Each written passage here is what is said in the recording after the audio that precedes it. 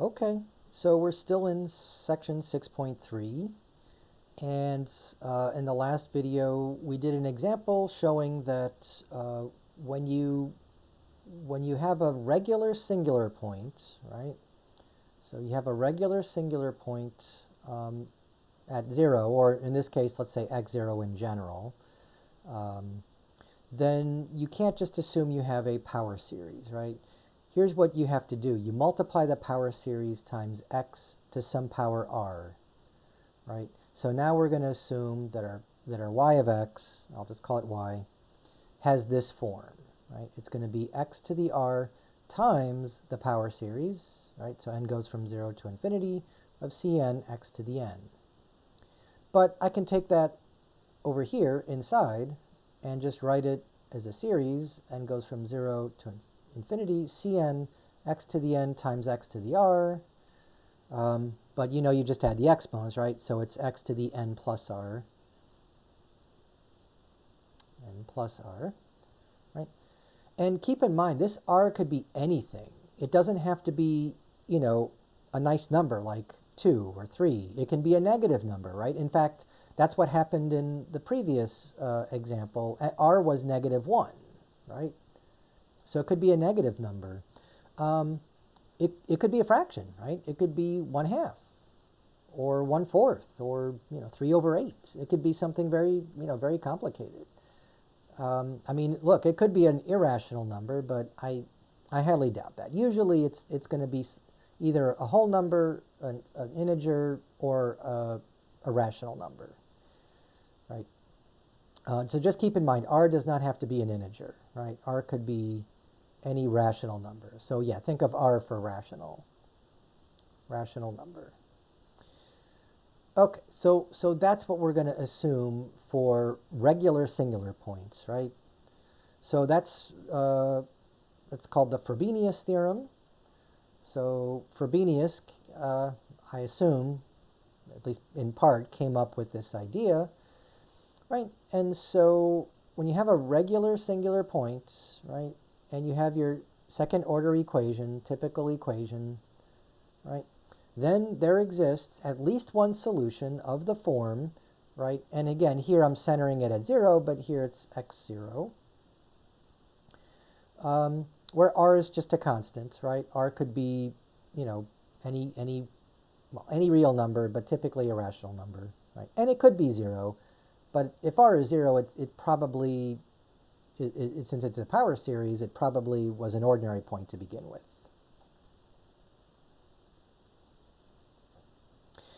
Okay, right, and we know that the series will converge on some interval centered at x0, right? So this capital R is the radius of convergence.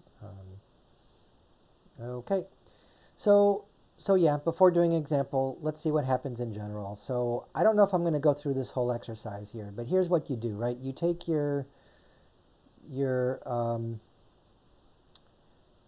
I was going to say power series, but so this is not a power series anymore.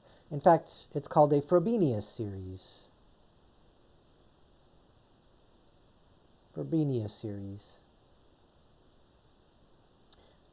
Because of the plus r, right? That destroys the fact that it's a power series. So in general, a more general infinite series is the Frobenius series, right? And that's what we had last time with the x to the -1. Not a power series, but it qualifies as a Frobenius series, right?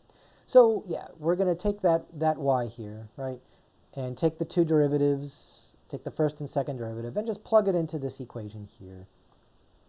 Okay, and yes, it's a pain. It's a lot of work, and you're essentially trying to solve for y using a series, right? And so let me just give you the result. If you want to go through, I would encourage you to do this. It's, it might take a half hour of time or whatever, it's considerable work. But here's what you're going to get in the end, right? You're going to get n equals 0. And the nice thing about this is that you can always start at 0 here. And so even if this is a negative exponent, that's okay because it's not a power series anymore, right? So we don't have to worry about that. Yeah, so you're going to get Cn n plus r times n plus r minus 1, right? times x to the n plus r minus 2, right? So that's the y prime part here. And then for the y prime, you're going to get lowercase p of x, right? Not the uppercase p, but the one that's analytic, right? So lowercase p of x times, again, n goes from 0 to infinity, cn n plus r times x to the n plus r minus 2, and then plus q of x times n goes from 0, the sum n goes from 0 to n, to infinity, cn times x to the n plus r minus 2. Right? Notice all the exponents are the same here. So the key is to look at just the n equals 0 term. When you look at the n equals 0 term, you're going to get C0 times a whole bunch of stuff, right? And just to simplify everything, it's going to be r times r minus 1 plus p sub 0 times r plus q sub 0. And then this will all be times x to the, I want to say, r minus 2, I believe. Yep. Yeah. So if n is 0, it's r minus 2, right? So what is this p0 and q0? Well, those are the first terms of the power series. Remember, lowercase p of x is analytic. So you can write it as a power series. p0 plus p1 x to the 1 plus p2 x to the 2, and so on, right? And the same thing with q. It's analytic as well, so you have q0 plus q1x plus q2x squared, and so on. So these are just the constants, the first terms of the power series. So that's the p0 and q. Right. So remember that this is all equal to 0, right? It's all equal to 0. And so if this equals 0, you can divide by the x and the c0, and you get this as your condition here. And so this becomes a very important equation. R times r minus 1 plus p0 times r plus q0 equals 0. And this is a quadratic equation, so you know very well how to solve those, right? Again, the p0 and q0 will just be constants, right? Well, they'll be numbers as well. And for whatever reason, they call this the indicial equation.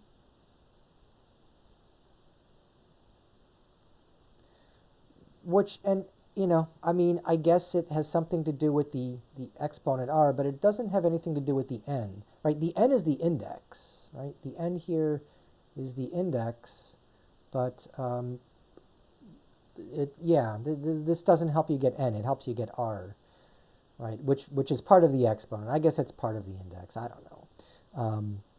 In any event, they call it the indicial equation, so I'll call it that. Just realize it doesn't have to do with the index, this index n here, okay?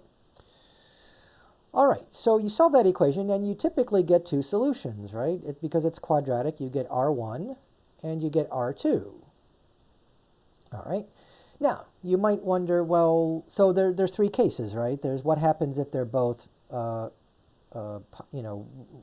numbers, what happens if they're complex numbers, and what happens if they're equal, right? And you get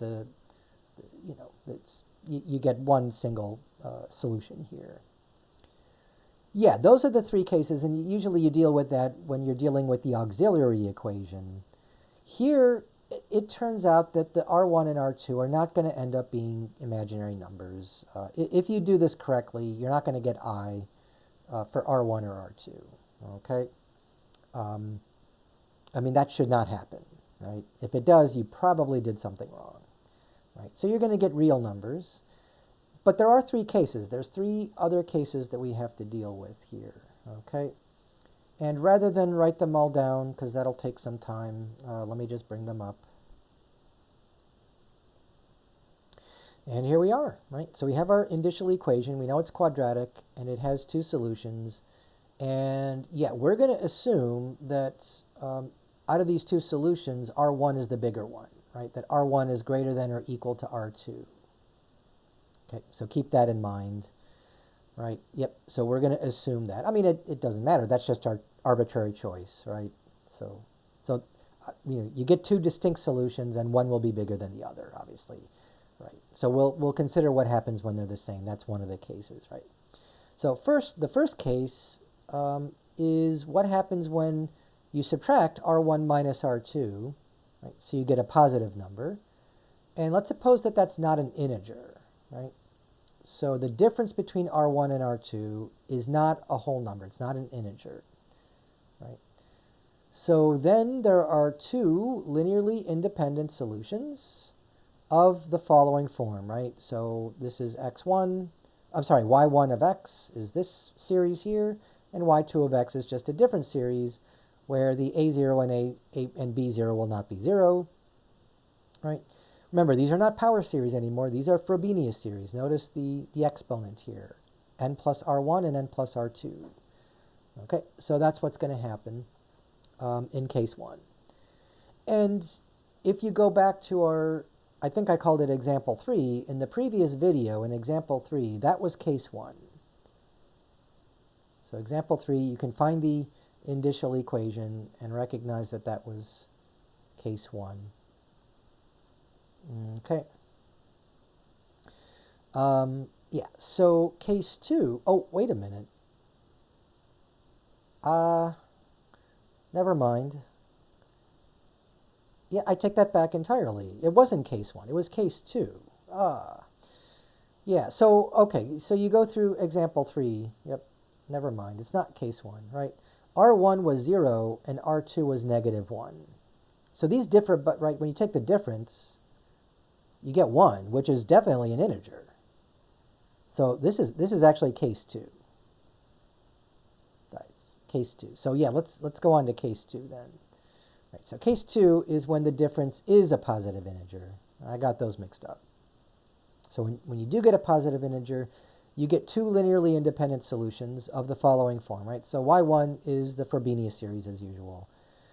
Now y2 is going to be another Frobenius series, but you're also going to add this y1, so you need y1 as well, times log x. Okay? So you need that term in general. Right? Now, when we did example 3, you probably are not remembering, well, I didn't see a log anywhere. I didn't see ln x. So what happened? Well, it's the c here, right? C may or may not be 0. So in example 3, that c here, that constant c, ended up being 0. And right, so yes, in example 3, the one that we did, there was no log term in there. Right? There doesn't have to be. But there is in general, right? So this was sort of an exceptional case when we did example 3, where we did not get a logarithm term in our series here. But that's a distinct possibility. And finally, case 3. Case 3 is what happens when R1 equals R2, right? Remember, that's a possibility as well. When you get a double root for your indicial equation, for your quadratic equation, you get this one single solution. Then there's, again, two linearly independent terms. And in this case, you're going to have an ln x. There's no c in front here, right? There's no c. Or there is a c, but c will always be 1. Okay? So yeah, in case 3, you have to end up with a logarithm term. And remember, this is not just a single term. y1 is an entire series, right? It's this entire Frobenius series. So you're multiplying log of x times all those terms, not just a single term. Okay, so those are the 3 cases for solutions to the indicial equation. Okay, so I think with that, now we can do an example.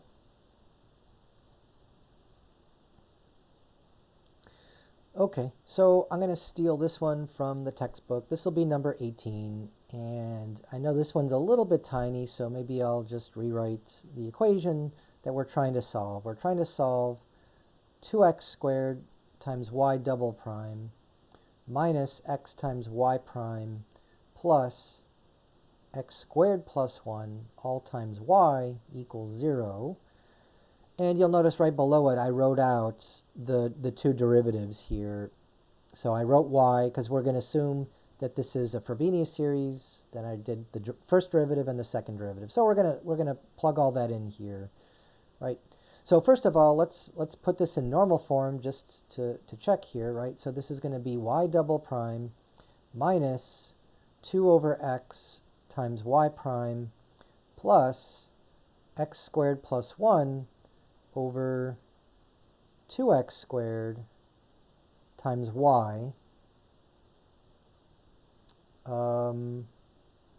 Yep, I think that's it. Yeah, so if you multiply by x, our lowercase p here is just going to be -2, which is analytic. And our lowercase q of x is just going to be x squared plus 1 over 2. So 1/2 x squared plus 1/2. Okay. Yeah, so x equals 0, right, is not an ordinary point because you're dividing by 0, so it's not analytic at 0. But when you multiply by x and x squared, you do get analytic functions here. And so it's a regular singular point, right? It's a regular singular point. Forgive the sloppiness here, right? Singular point. Okay, now that we've established that, we're going to assume a power series, sorry, not a power series, a Frobenius series, right? So the only difference between a power series and a Frobenius series is instead of Cn x to the n, it's now Cn x to the n plus r, right? And then these are the two derivatives. Oh, again, they're so small here. Let me copy them down again. So the first derivative, and notice I can start at 0, not at 1. That's another difference. With the power series, you have to, right, for the first derivative, you start at n equals 1, right? Because you're going to get x to the 0 when you subtract 1. But in this case, it makes it a little bit easier. They all start at 0 because remember, the exponent can be negative now. And then the second derivative will look like this. Again, starting at 0 to infinity. Now you're going to get n plus r minus 1 times n plus r. Oh, I should have done it the other way. That's too late. Cn x to the n plus r minus 2. And now, again, we plug all these into the original equation. And yes, that's going to be enormously tedious. So sit back and relax because this is going to take a while. But I intend to fully go through each and every step here. And, you know, so this might take a while. This is going to be very tedious. But it's worth doing, right? Again, it's worth doing, you know, at least once. You know, for homework, you're probably going to do this several times.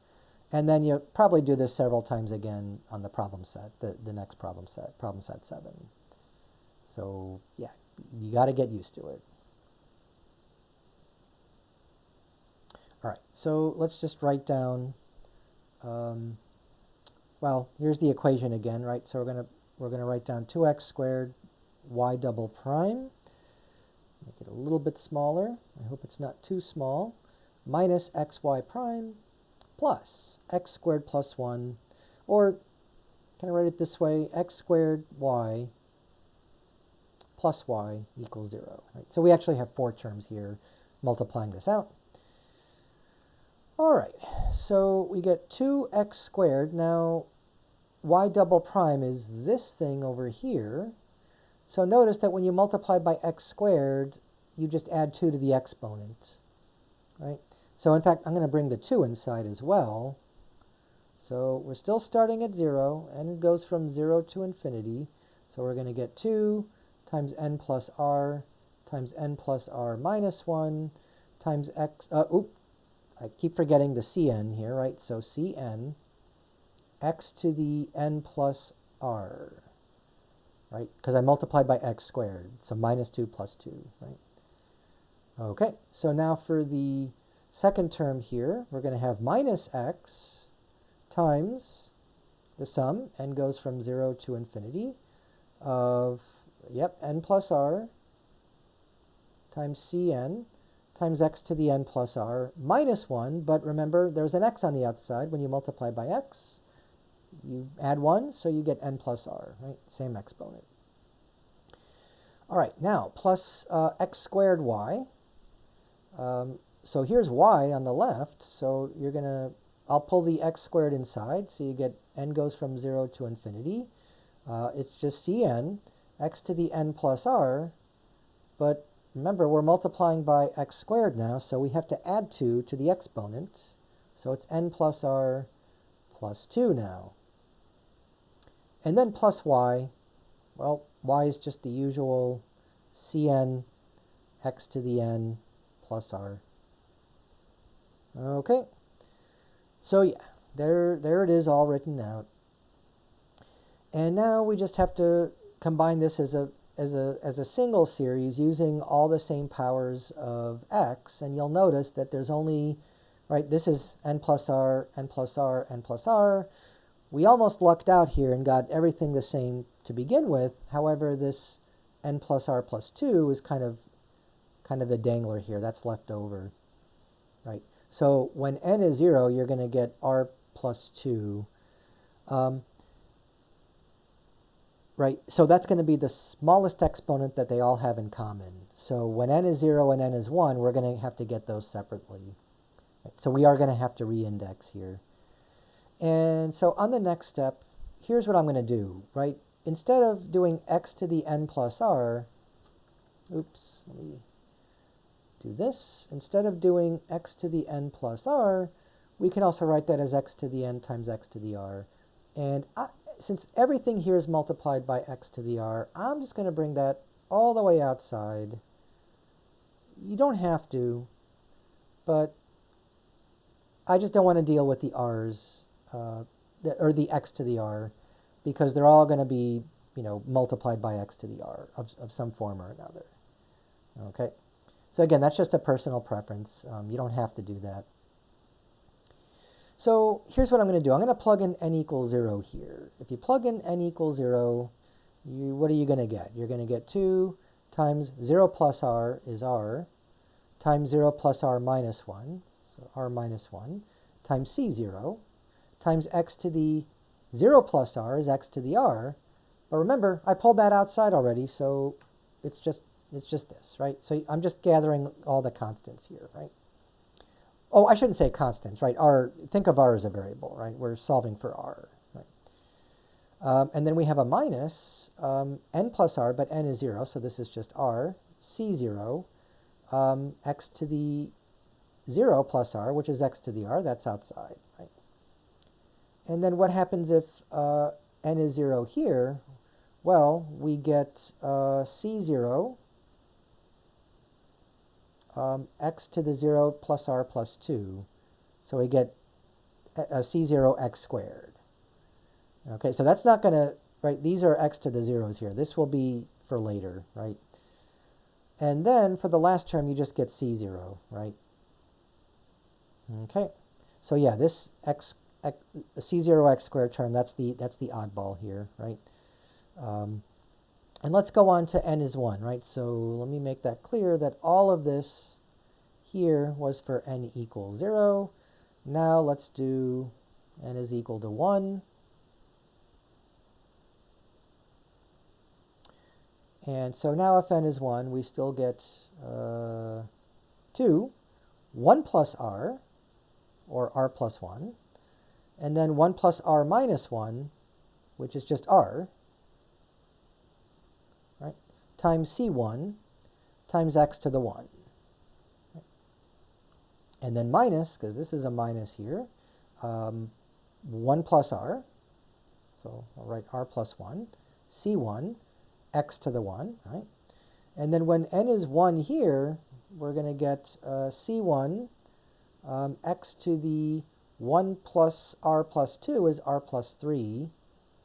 So now we're going to get x cubed, which again is not part of what we want here. So I'm just doing that for completeness sake. And then plus, I guess, c1 x to the 1, right? So we did n equals 0, n equals 1. That extends all the way out to here. right? And then we move on to n equals 2, but n equals 2 is going to be, you're going to get an x squared for all of these, right? Notice that's the lowest power that's going to be common to all of these. So technically there's a plus some and going from 2 to infinity, but we'll figure that out later, okay? So now let's just kind of collect everything. That's a power of x to the 0, which are just the constants. So this is going to be c0 times a whole bunch of stuff here, right? We get 2r squared minus 2r minus another r and then plus 1, right? We don't want the x squared here, right? This is going to be for x to the 0, right? And then for the c1, we have, let's see, r squared plus r, r squared plus r, and then minus r minus 1. Again, we don't want the x cubed, and then plus 1, all times c1, right? All times x to the 1, right? And then, of course, we're going to get x to the r, and then we can move on to the n equals 2, but we'll deal with that later. All right, so remember, and all this equals 0, so this has to equal 0. So this, I think, will be negative 3r.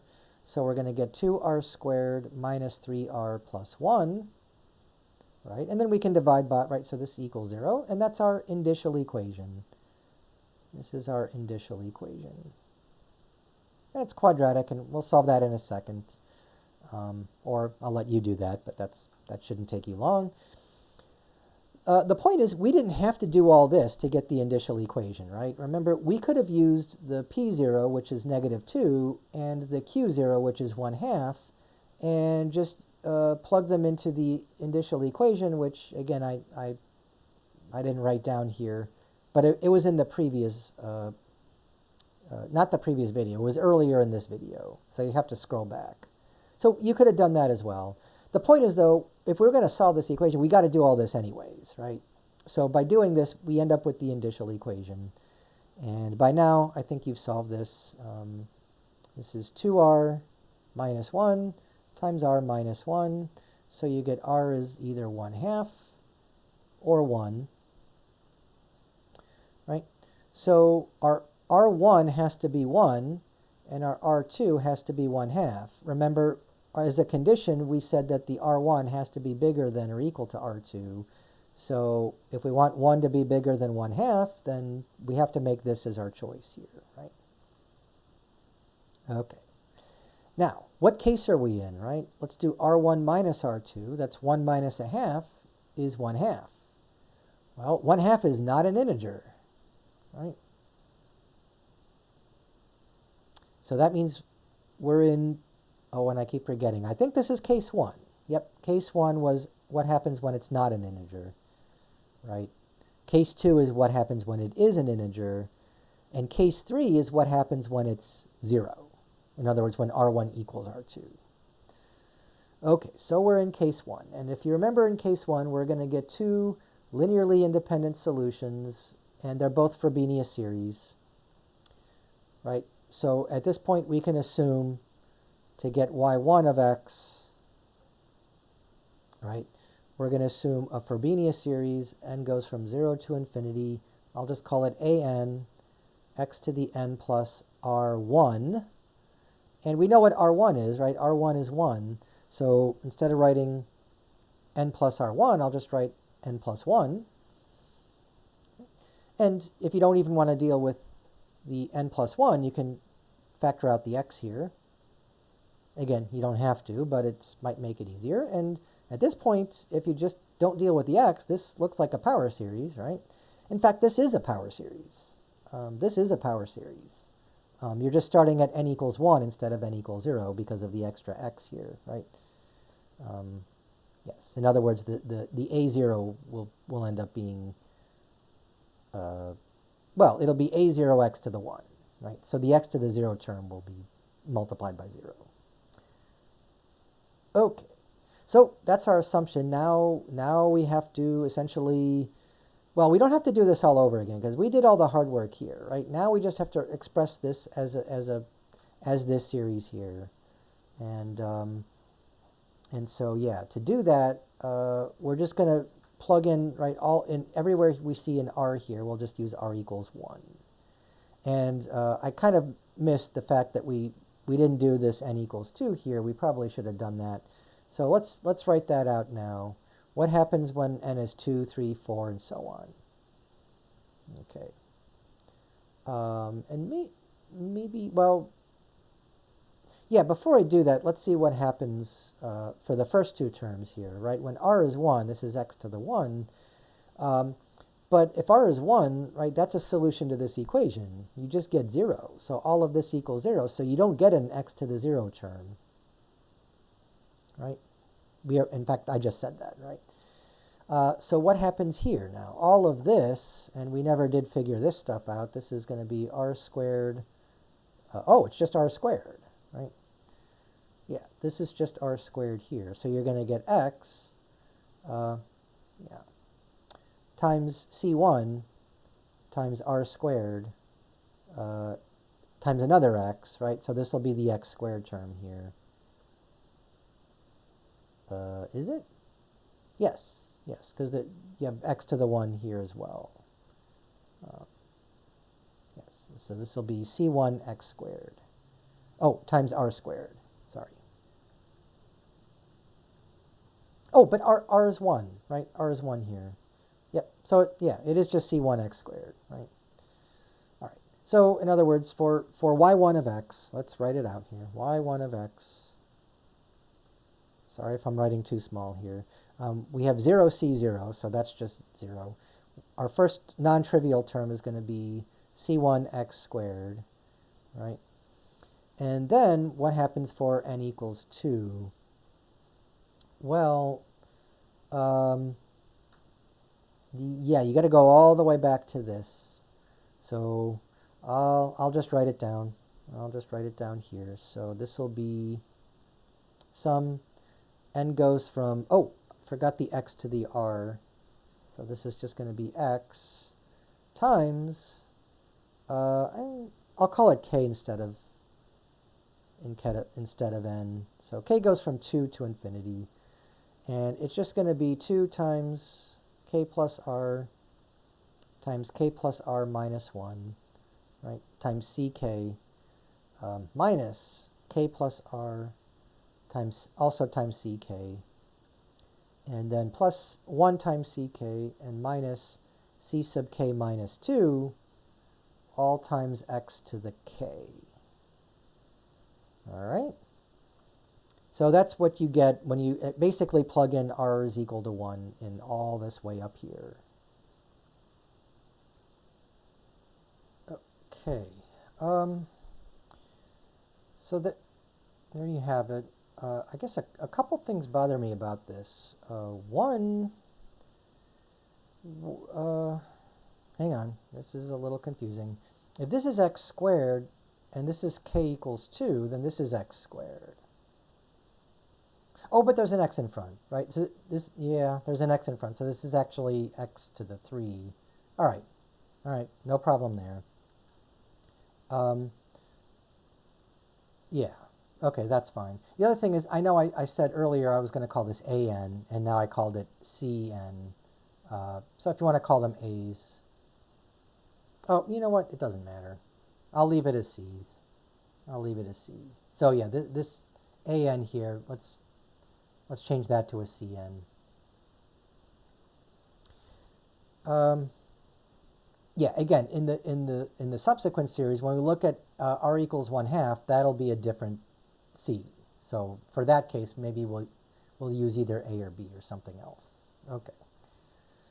All right. So again, you just get this one big giant mess, right? And this is your y, which, remember, since it's a homogeneous equation, that this equals 0, which tells us right away that c1 is 0, right? No choice, right? And then all of this is going to be 0. So let's work all that out, multiply it all out, see what we get. Yep, I'll use the same color here, right? So you're going to get 2 times remember, r is 1 in this case, so this is a 1, this is a 1, and this is a 1. So 2 times k plus 1 times k, so k squared plus k,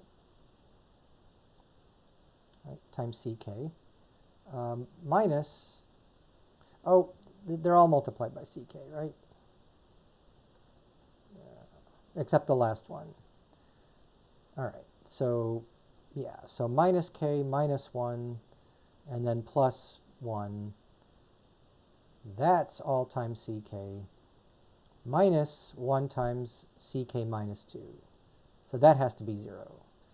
So multiplying all this out, you get 2k squared plus 2k minus k, and then that's 0.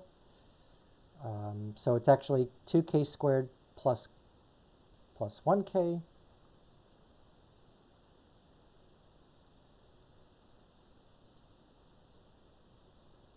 minus ck minus 2 equals 0. And so we're solving for ck here. So ck is just going to be, you add the ck minus 2 to both sides. And now we divide by 2k squared plus k. Maybe I should have factored out the k here. So k times 2k plus 1. Right. And there's our recurrence relation. Okay.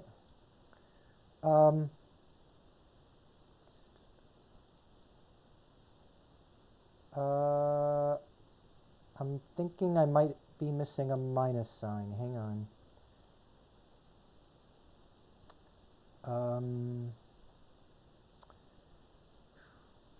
Yeah, so yeah, this was a plus.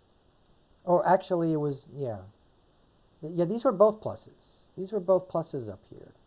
So the ck minus 2, I don't know why I wrote that as a minus. That should be a plus. Let's try that again. Plus. Right.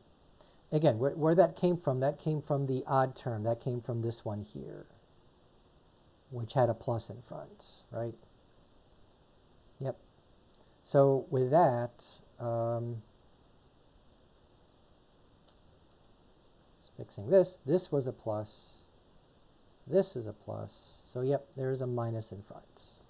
Okay, and that's our recurrence relation. Boy, that's a k here. Good. All right, so we have our recurrence relation.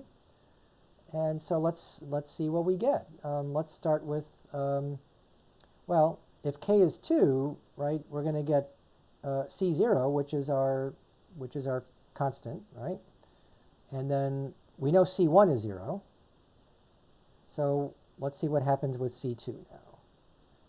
So c2 is just going to be negative c0 divided by 2 times, right, because remember k is 2, so 2 times 4 plus 1 is 5. 2 times 5 is 10. Okay. Right, so that's c2. What about well, yeah, c3. c3 is next. So k is 3, which means we're going to get negative c1 divided by, you know what, who cares? c1 is 0. So it doesn't matter what we're dividing by because c3 will be 0. So it looks like the odd ones, the c1, c3, c5 will all be 0. So now let's go on to c4. So this will be minus c2 divided by, yep, k is 4, so 4 times 9 is 36. And if you're wondering why am I not writing it as 4 times 9, I don't think we're going to get a really good pattern here, from what I remember. So yeah, it's we'll leave it at that. Oh yes, and now to get this in terms of c0. So this is going to be negative c2 was negative c0 over 10. So, oops, negative 1 over 36 times 10. So this will be positive c0 over 360. Okay. So we know C5 is 0. Oops. And C6, right, last one. Let's get C6. So it's going to be negative C4 divided by 6 times 13. And I should have a calculator handy. I think that's 78.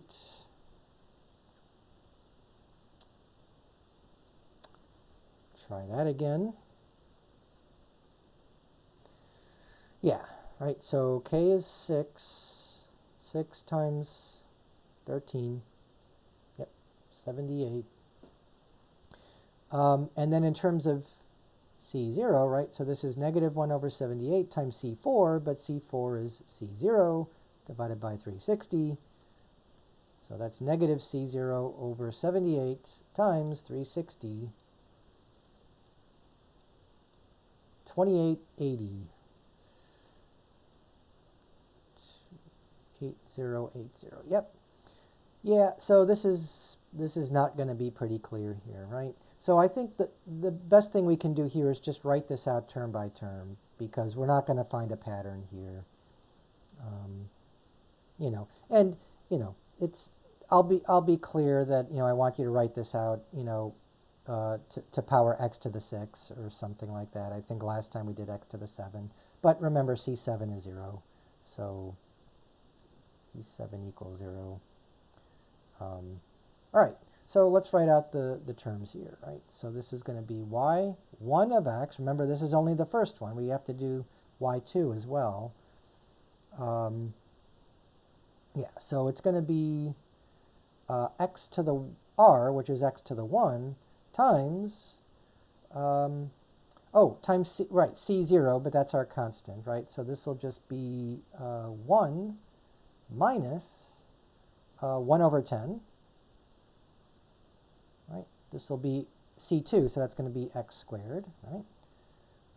I skipped the x. Remember, it's 0x, because C1 was 0, right? And then x cubed, that's going to be 0. For the x to the 4th, it's going to be a plus 1 over 360, x to the 4, and then plus 0x to the 5, and then minus 1 over 28,080, x to the 6. And I think we can say that that's going to be enough, plus dot, dot, dot. Good enough. So that's going to be our y1 of x. But that's only half of it, right? There's also the other half, the y2, and that comes from way up here, right? R is also 1/2. So if R is 1/2, we just do the same thing all over again. Wow. So yeah, we're going to, well, let me rewrite this all over again, because now we're going to change this to R equals 1/2. So, yeah, so again, let's just start with the series here. So this is going to be plus n goes from 2 to infinity. There's an x to the r in front, so that's x to the 1/2. Let's just start over. So plus x to the 1/2 times sum, n goes from 2 to infinity, and it was 2 times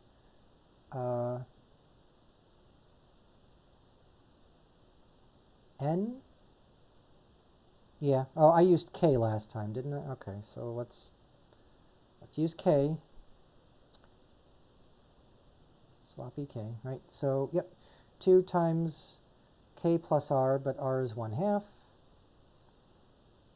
times k plus 1/2 minus 1, so k minus 1/2. This is times ck. And then minus k plus r, so k plus 1/2, also times ck, plus another ck, that always confused me, right? And then we have plus ck minus 2, all times x to the k, right? And that's going to be 0. Okay. So, yep, so if we multiply all this out here,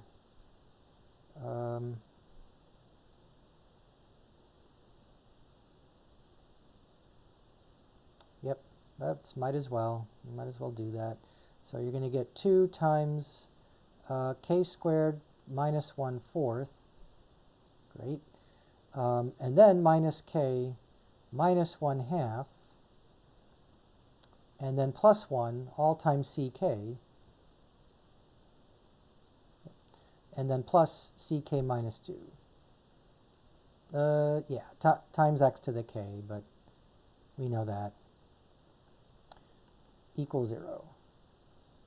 Again, sorry I'm so sloppy here. So I hope this works out. What's in this bracket here is going to be 2k squared minus 1/2 minus k minus 1/2 plus 1, right? So that'll be times ck plus ck minus 2, and that's going to be 0.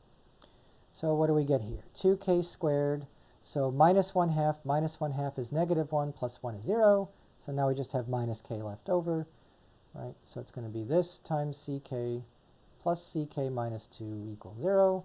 So when you solve that for ck, you get negative ck minus 2, but this time it's over 2k squared minus k, and when you pull out a k, let's do that. You get k times 2k minus 1. So you see very similar recurrence relation. Here was 2k plus 1, here it's 2k minus 1. But that's our recurrence relation for r equals 1/2. Okay, so let's do the same thing and figure out the c's here. Yep, so for c0, that's our arbitrary constant, right?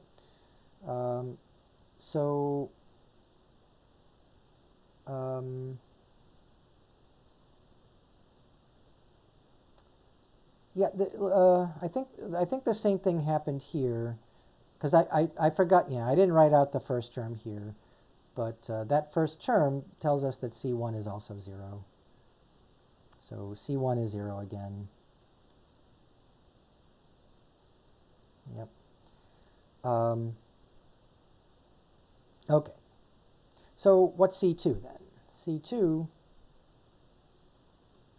is going to equal negative c0 divided by 2 times, right, wait, k is, wait, if k, yeah, k is 2, so 2 times 4 minus 1, 2 times 3, right, which we know is 6. In fact, let's just write it that way, because I'm not going to see a pattern here, I don't think. C4, we know C3 is 0, right? Oops, yeah, so C1 is 0, C3 is 0, right? C5 is 0, and so on. C4 is negative C2 divided by 4 times 7. Yeah. So, right, so that's going to be negative 1 over 4 times 7 times C0 over negative 6, right, which was negative 2 times 3. Like I say, I don't think we're going to see a pattern here. So 28 times 6, 168. 28 times 6, I'm just double checking. Yep, 168, right? So C0 over 168. Right. We know C5 is 0, so last one, let's get C6.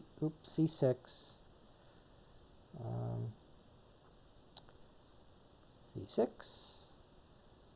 So that's going to be negative C4 all over 6 times 11. Right? 2 times 6, 12, minus 1 is 11. Yep, 6 times 11, 66, right? And then so negative 1 over 66 times C0 over 168.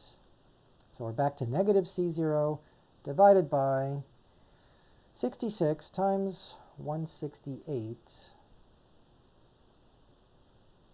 11,088. Great.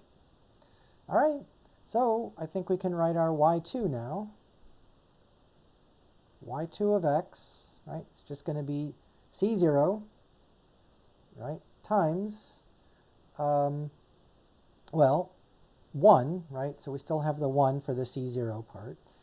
And then C1 times x is 0, because C1 is 0. So then we have C2, so that'll be negative 1 over 6 times x squared. And then the x cubed term is 0. So then we have plus 168. 1 over 168 times x to the 4. So that's for C4. C5 is 0. And then minus 1 over 11,088 times x to the 6 plus ... right? So there's our y2. Except I forgot the most important thing. Remember, this was all times x to the 1/2. So forgive me, but this is going to be C0 times x to the 1/2. Right? And in fact, we don't need the C0. We're going to call that C2, right, to match with the y2, right? So yeah, x to the 1/2 here. That's the x to the r. That's what makes it a Frobenius series, right? So yeah, when you multiply by x to the r, you get x to the 1/2 minus, well, let's write it out, right? This is x to the 1/2 minus 1 over 6 x to the 3/2 plus 1 over 168 x to the 4 plus a half. Oh wait, 2 plus a half is not 3 over 2, 5 over 2. Right, and this will be 9 over 2, and then 13 over 2. Boy, what a mess, right? So, yeah, that's supposed to be a 5. Let's see if I can... But I need a better eraser. This just doesn't erase fast enough, right? So 1 over 2, 5 over 2, 9 over 2, and so on. In any event, remember, this is not a power series. This is a Frobenius series. Right. Yep, you can't have fractional exponents, rational exponents, or non-integer exponents in a power series. But we get the next best thing. We get a Frobenius series, right? And so what's the general solution to, wow, way up here, this equation, remember this was the original equation we were trying to solve, way up here, this thing, and we have our solution. It's just going to be, oh, I have just enough space to write down the solution, right? So how about magenta? So y of x is going to be C1 y1 plus C2 y2, right? And what was C1? Well, I know I'm going to run out of space here. So C1 times y1. y1 is way up here. Yep, x times 1 minus 1 over 10